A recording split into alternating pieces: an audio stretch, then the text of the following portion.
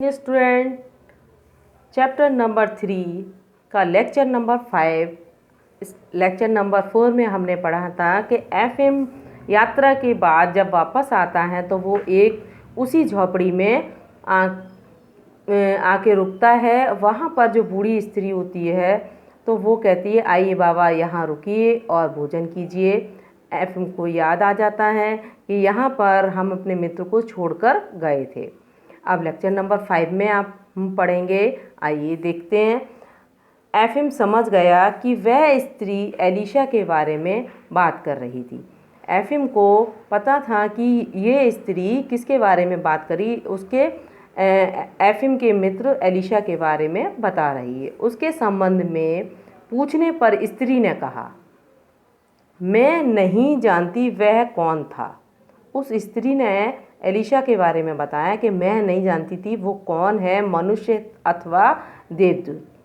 मनुष्य यानी कि इंसान, देवदूत यानी कि ईश्वर का कोई भेजा हुआ दूत। वह सबसे प्रेम करता था, दया करता था और यहाँ से बिना नाम बताए हुए चला गया।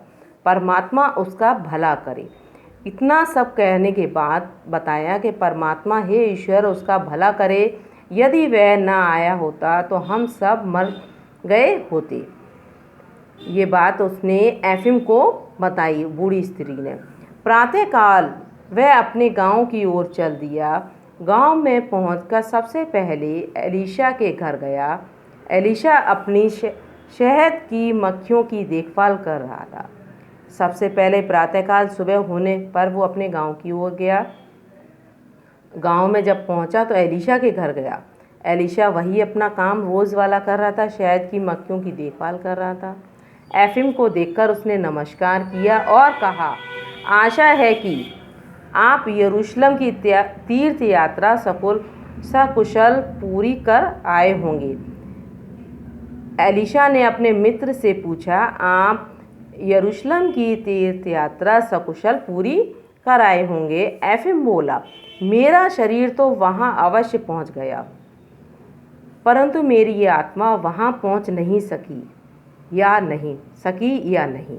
मतलब मेरा शरीर तो वहाँ था, परंतु मेरी आत्मा वहाँ पहुँची या नहीं पहुँची, इसमें मुझे संदेह है, किंतु मुझे पूर्ण विश्वास है, लेकिन मुझे पूरा विश्वास है कि तुम्हारी आत्मा वहाँ अवश्य पहुँच गई है।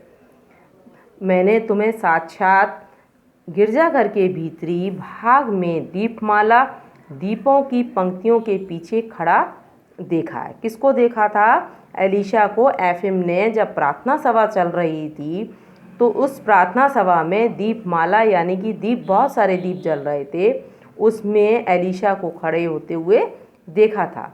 तुम्हारी सच्चे तीर्थ यात्रा हो, तुम ही सच्चे तीर्थयात्री हो और ईश्वर के प्रिय भी हो। मैं समझ गया कि मानव सेवा ही सच्ची सेवा होती है। ये बात सही है बेटा, हमें दीन दुखियों की सेवा जरूर करनी चाहिए। कोई भी असहाय व्यक्ति हो, दीन दुखी है, परेशान बुजुर्ग व्यक्ति हो और लग रहा है लाचार है, तो हमें उसकी मदद जरूर करनी चाहिए। सच्ची सेवा ईश्वर सेवा में ही है। मानव सेवा ही सच्ची ईश्वरी सेवा है और दीन दुखियों की सहायता ही सच्ची तीर्थ यात्रा है। यही बात सत्य है बेटा, हमेशा ध्यान रखिएगा। कोई भी आपको बुजुर्ग या असहाय व्यक्ति दिखता है तो उसकी मदद जरूर करिएगा। हम मदद लायक हैं तो हम मदद कर सकते हैं बेटा। हमेशा मदद, राही की भी मदद करो। रास्ते में भी कोई मिलता है, कोई परेशान है, बुजुर्ग है, कोई लाचार है, तो एक बार ज़रूर उससे उसका हाल ज़रूर पूछें। इसके बाद आपकी शब्दार्थ दिए हुए हैं, ये आपको अपनी फेयर नोटबुक में करने हैं। एक्सरसाइज है, इसकी आपको इमेज भेज दी जाएगी। एक्सरसाइज आप बुक में कीजिएगा। मौखिक प्रश्न है, मौखिक प्रश्न आपको अपनी रफ कॉपी में करना है। फेयर कॉपी में आपको नोटबुक में आपको लिखित प्रश्न उत्तर करने हैं। ये इमेज है, आपको भेज दी जाएगी। शब्दार्थ कीजिएगा साफ साफ।